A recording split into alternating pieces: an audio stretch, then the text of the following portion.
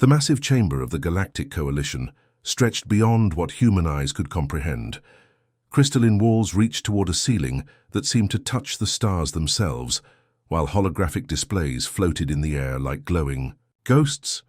847 different species filled the vast space, their forms ranging from the ethereal energy beings of Quantum Prime to the massive stone-like creatures from the gravity wells of Andromeda. Admiral Ji-Ho Kim stood among the human delegation, her dark uniform looking almost plain compared to the elaborate ceremonial garments worn by other species. Humanity had joined this ancient alliance only 6 months ago, making them the youngest members by several thousand years. The translator device in her ear buzzed constantly, converting dozens of alien languages into words she could understand. The HFY emergency session had been called after reports flooded in from the Outer Rim territories.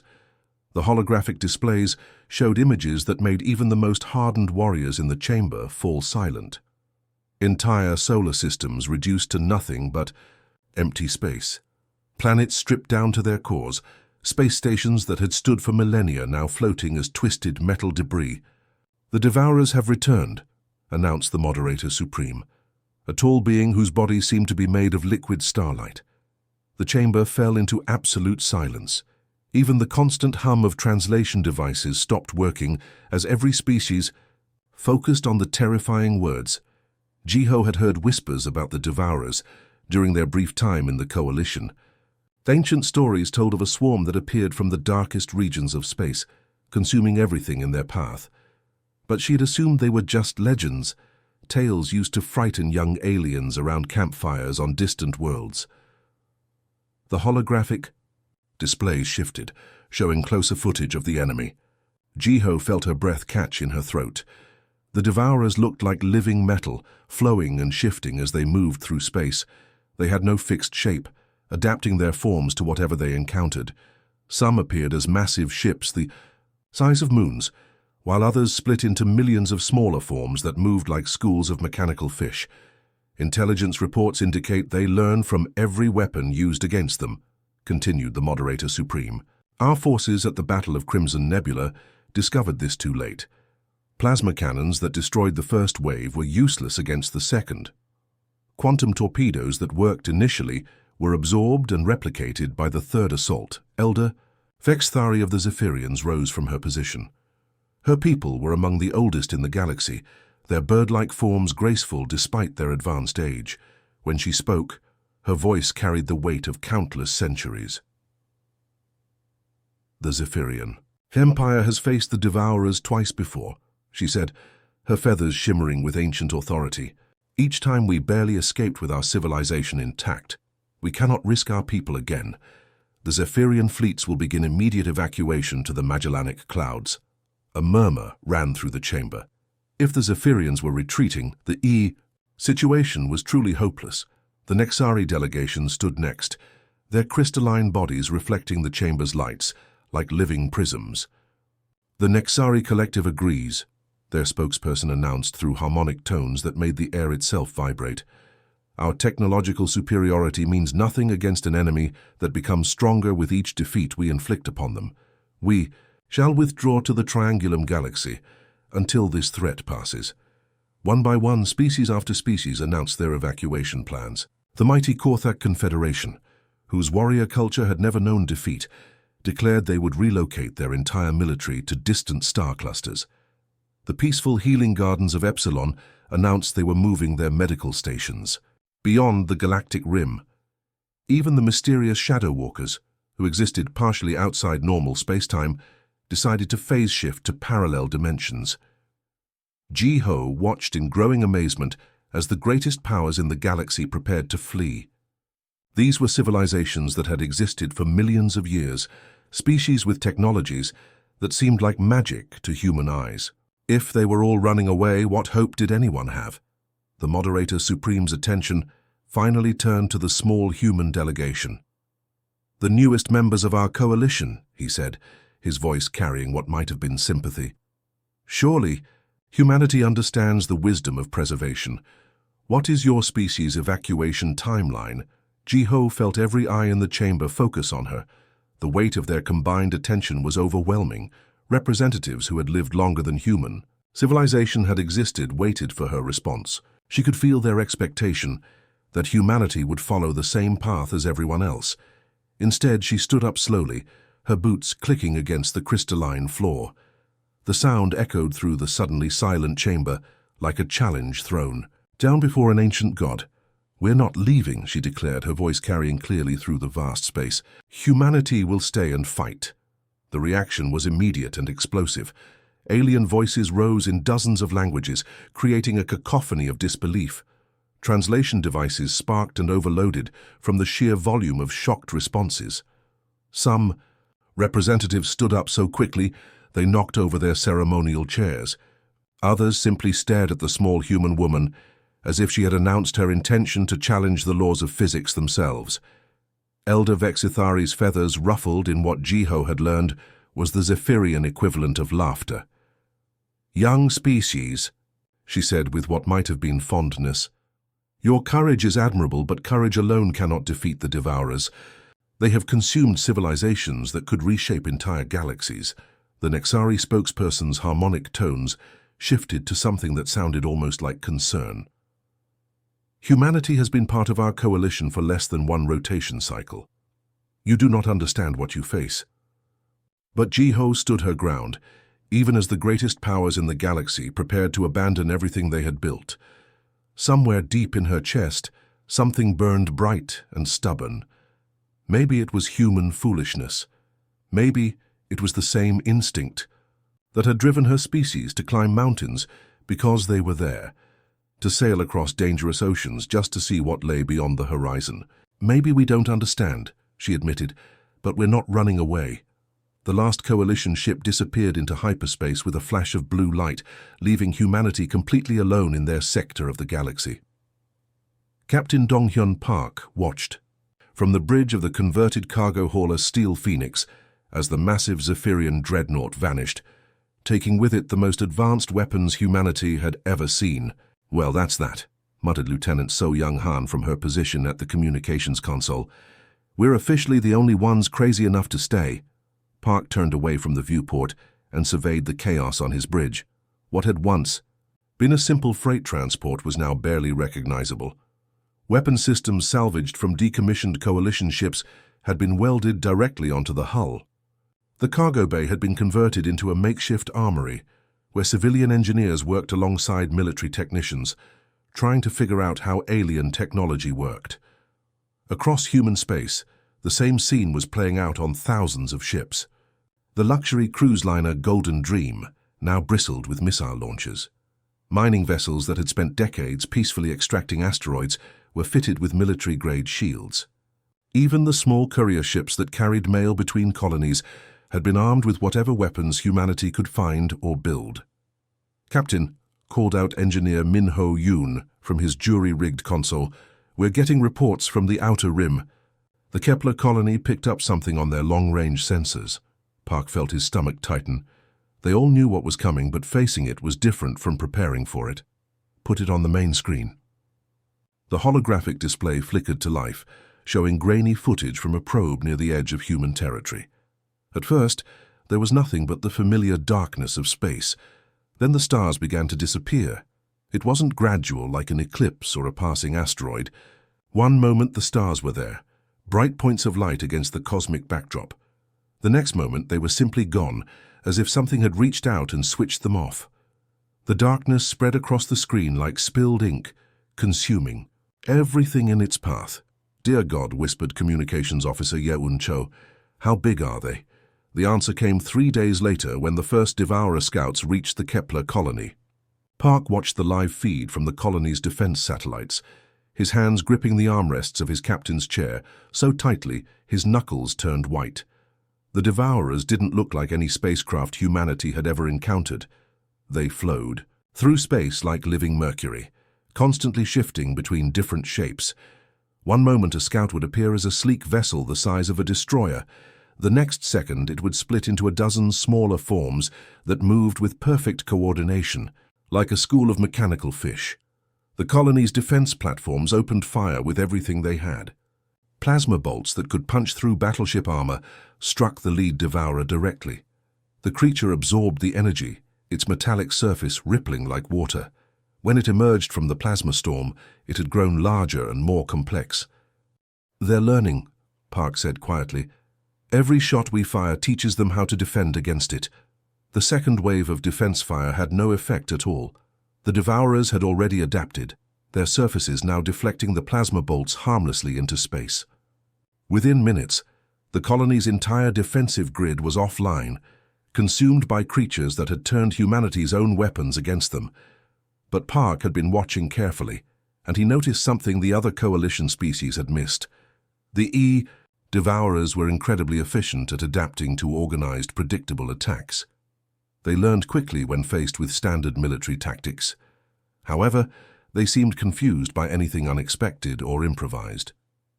"Gather all ship captains for an emergency meeting," Park ordered. "I have an idea." 2 hours later, Captain Park found himself addressing a holographic conference of every human ship commander in the sector. Their faces showed a mixture of determination and barely controlled fear. These were cargo hauler captains, mining foremen, and cruise ship officers who had never fired a shot in anger. Now they were humanity's last line of defense. The coalition species have been fighting the devourers the same way for thousands of years, Park explained. Organized fleet actions, coordinated attacks, predictable military doctrine. The devourers have learned to counter all of it. Captain Mikyung Lee of the converted mining ship Rock Crusher leaned forward. "What are you suggesting?" "We don't fight like them," Park said simply. "We fight like humans. We improvise. We cheat. We do things so crazy that the devourers can't predict them." The first test of this strategy came at Kepler Station, a massive orbital platform that served as a waypoint for ships traveling to the outer colonies. The devourers arrived in force, expecting to face the same kind of defensive positions they had encountered for millennia. Instead, they found what appeared to be a debris field. Broken asteroids floated in seemingly random patterns around the station. The devourers scanned the rocks, found nothing threatening, and moved past them toward their target. That's when Park triggered the nuclear mines. The explosions weren't the clean, efficient detonations that advanced civilizations preferred.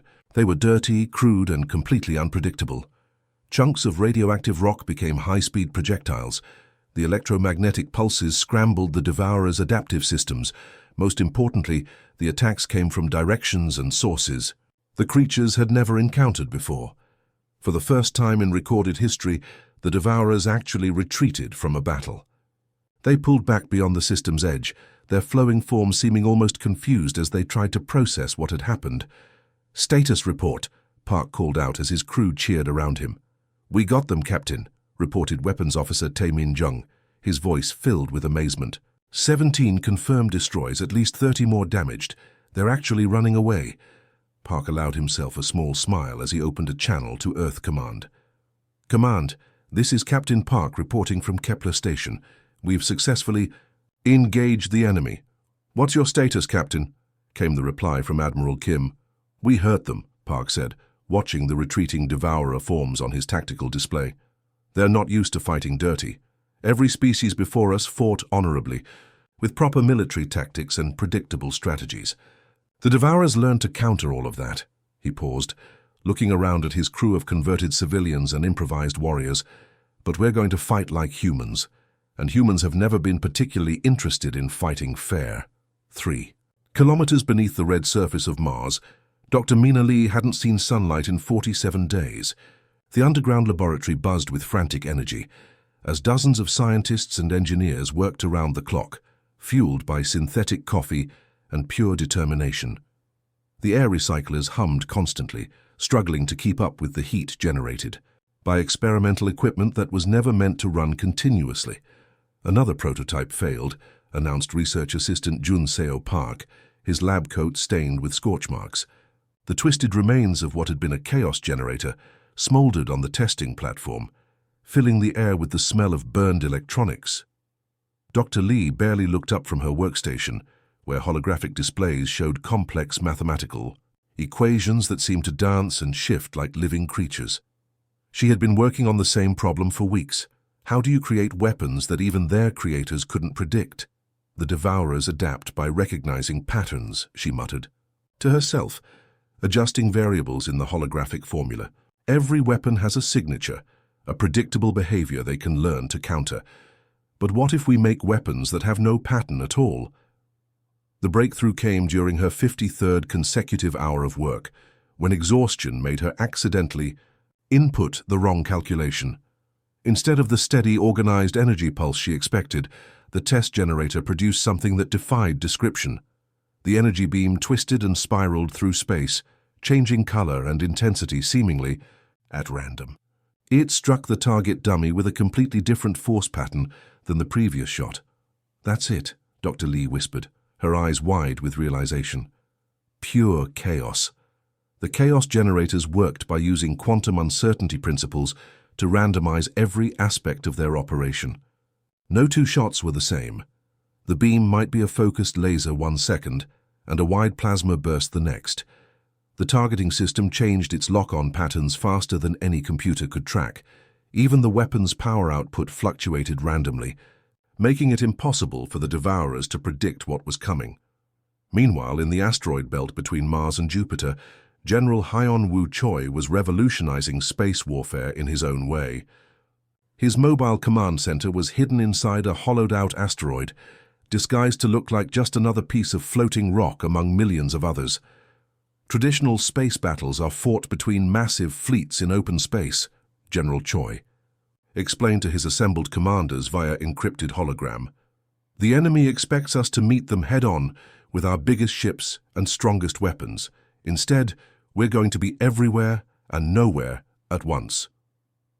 The general's strategy was borrowed from ancient Earth conflicts, but adapted for the vast distances of space. Human ships were naturally smaller and more agile than the massive vessels preferred by other species. What the coalition had seen as a disadvantage, Choi recognized as humanity's greatest strength. We hit them where they don't expect it, when they don't expect it, and then we disappear before they can respond, he continued. No formation flying, no predictable attack patterns. Every captain acts independently, striking targets of opportunity. Lieutenant Yejin Nam listened from her cramped cockpit aboard the prototype stealth fighter Shadow Dancer. At only 19 years old, she was one of the youngest combat pilots in human history. But her unconventional thinking had caught the general's attention. "Lieutenant Nam," the general called out, "show them your ghost swarm." Yejin grinned as she activated her ship's control systems. Around her hidden position in the asteroid field, hundreds of small automated drones suddenly came to life.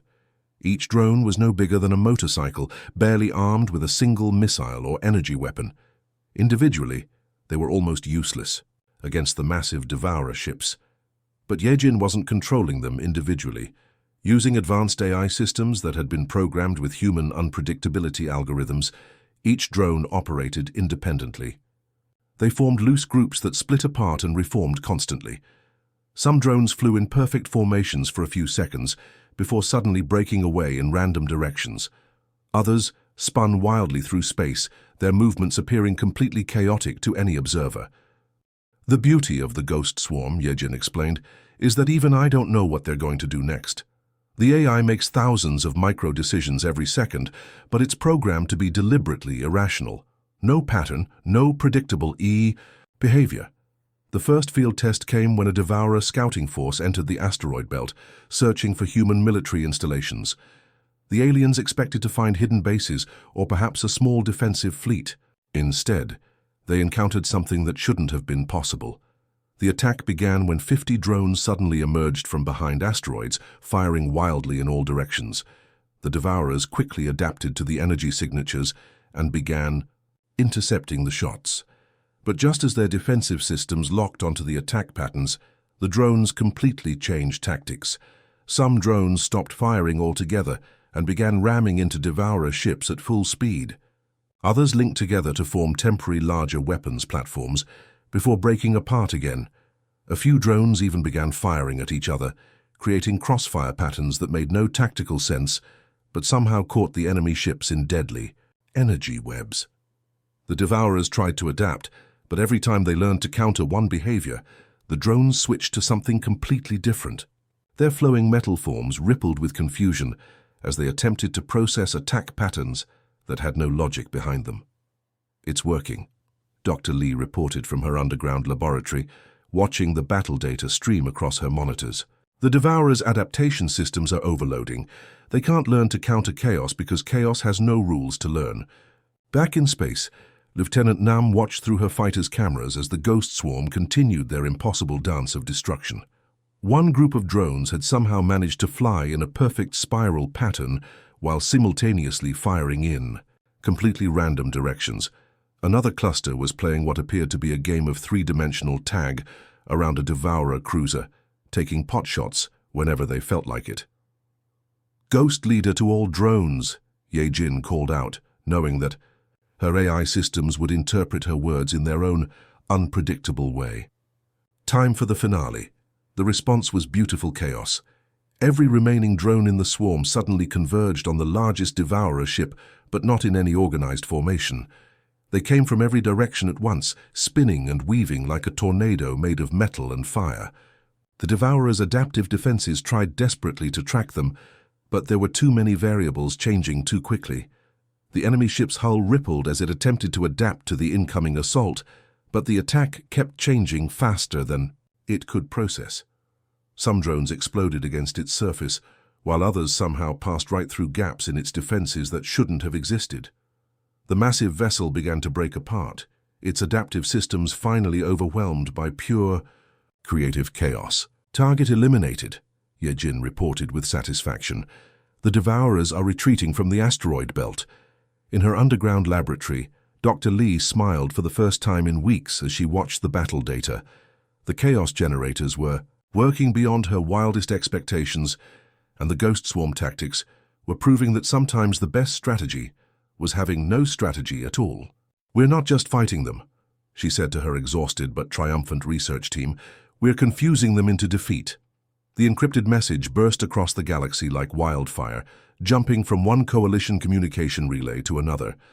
In the crystal cities of the Nexari homeworld, young technicians watched grainy footage of human ships dancing around Devourer fleets, their chaos weapons painting space with unpredictable streams of energy. On the wind-swept platforms of Zephyrian sky cities, junior officers gathered in secret to discuss the impossible reports filtering in from human space. "They're still fighting," whispered Subcommander Kyrextai, a young Zephyrian whose feathers were still bright with youth. 3 months and the humans haven't retreated a single light year. His elder Wing Commander Vexolan ruffled his ancient feathers in disapproval. "Foolish bravery leads only to extinction, youngling. The Devourers cannot be defeated." But doubt had begun to creep into even the oldest minds. Reports trickled in of Devourer fleets actually retreating from human territory. Ancient war singers, who had witnessed the first Devourer invasion, spoke in hushed tones about tactics they had never seen before. The impossible was becoming possible, one chaotic battle at a time.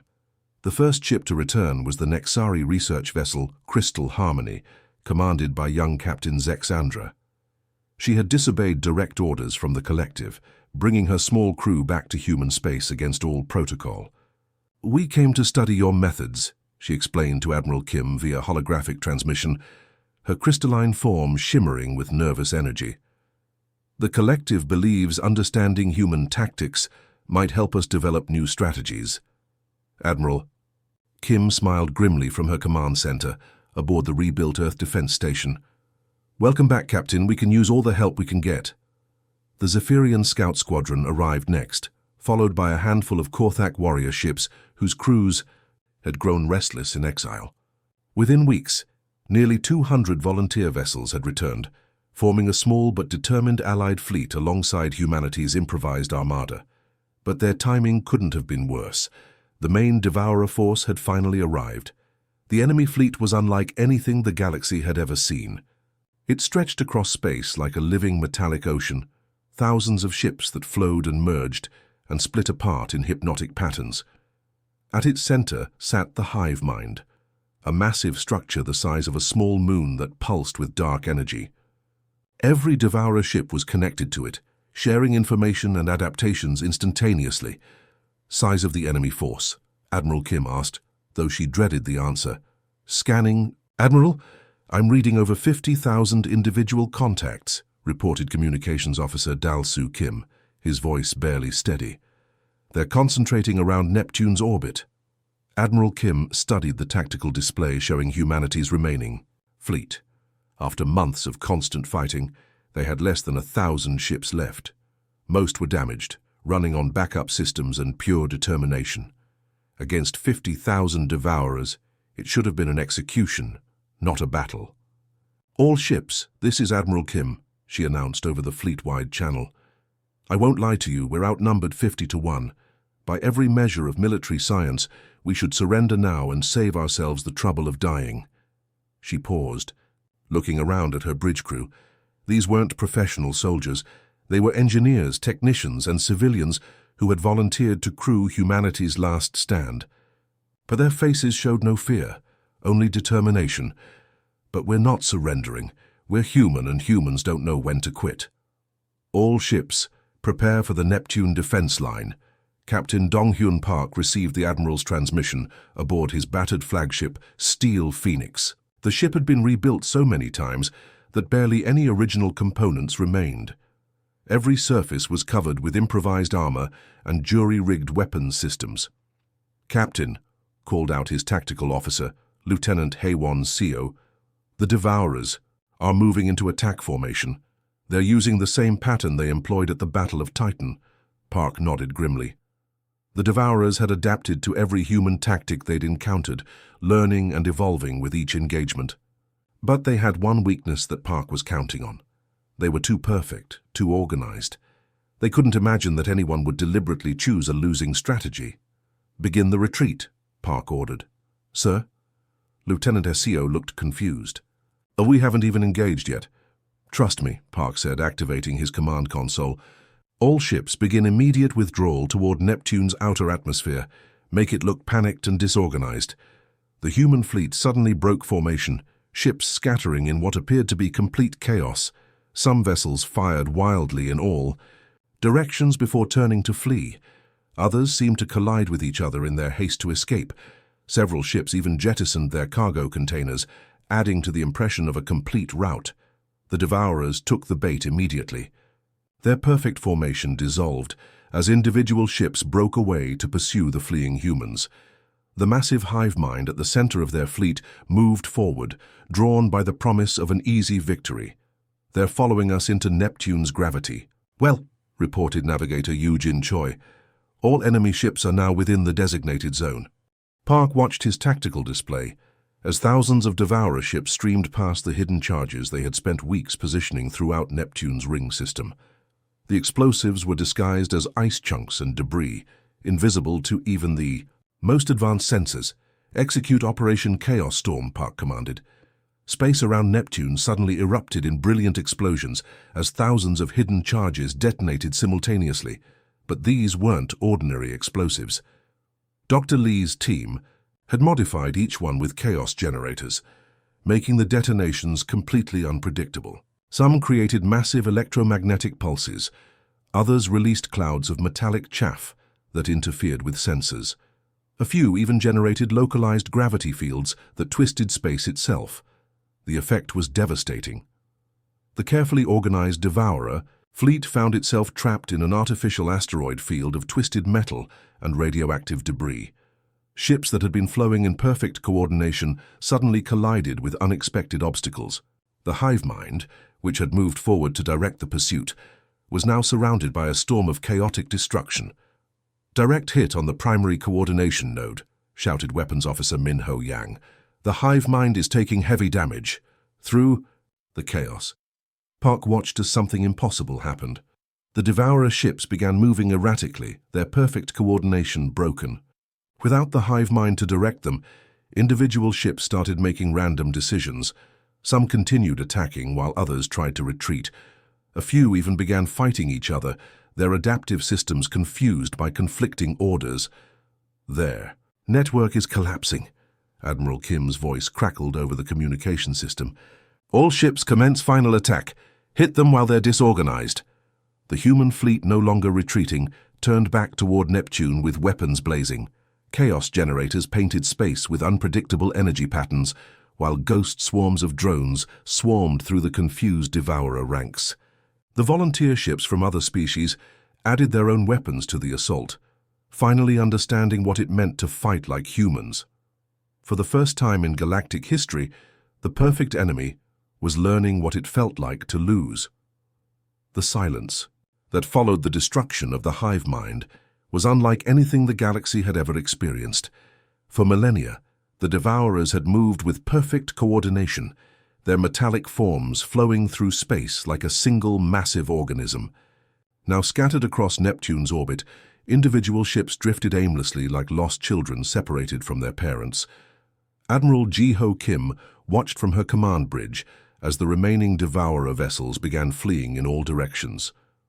Some headed toward the outer rim of the solar system, while others simply vanished into hyperspace without any apparent destination. The perfect enemy that had terrorized the galaxy for countless generations was running away in complete panic. "Status. Report on all human vessels," she ordered, her voice hoarse from hours of shouting commands during the battle. "We've lost 60% of our fleet," reported Communications Officer Dal-Soo Kim, his fingers flying over holographic displays. "But Admiral, we won. The devourers are retreating from every sector. It's over." Through the communication channels, cheers erupted from the surviving ships. Captain Park's voice crackled over the radio from his heavily damaged flagship. "All human vessels, this is Steel Phoenix. We did it. We actually did it." But the victory had come at a terrible cost. Earth's orbital defense stations were nothing but twisted metal. Mars had taken direct hits that left entire cities in ruins. The asteroid mining colonies were gone completely, consumed in the early days of the war.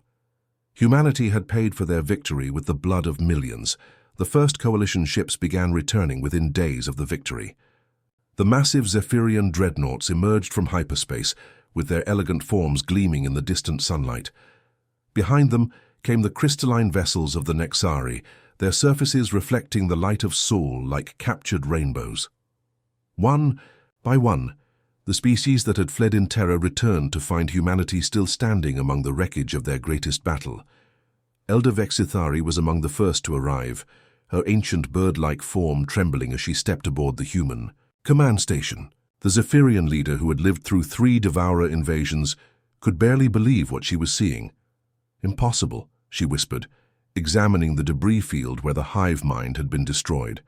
"In all my centuries, I have never seen the devourers truly defeated.